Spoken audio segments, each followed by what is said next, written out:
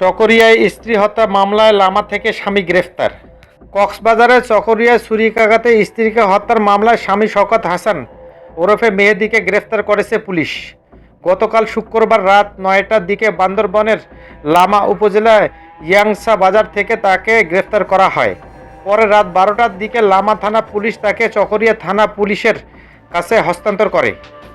শওকত হাসান চকরিয়া উপজেলার ফাঁসিয়াখালী ইউনিয়নের আজমুল্লাহ পাড়ার বাসিন্দা, মৌলভী আবুল হাশেমের ছেলে।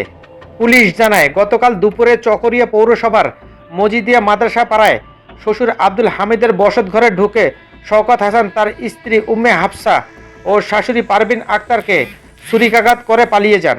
পরে গুরুতর আহত অবস্থায় তাদের উদ্ধার করে চকরিয়া উপজেলা স্বাস্থ্য কমপ্লেক্স নিয়ে যাওয়া হয়। সেখানে কর্তব্যরত চিকিৎসক হাফসাকে মৃত ঘোষণা করেন। উন্নত চিকিৎসার জন্য পারভিন আক্তারকে চট্টগ্রাম মেডিকেল কলেজ হাসপাতালে পাঠানো হয়। তার অবস্থা আশঙ্কাজনক।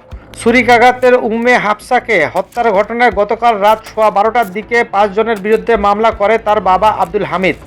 এতে শওকত হাসান ছাড়াও তার বাবা মৌলভী আবুল হাশেম, মা মমতাজ বেগম ও বোন সুমাইয়া আক্তারকে আসামি করা হয়। এছাড়া আরও ২-৩ জনকে অজ্ঞাতনামা আসামি দেখানো হয়েছে।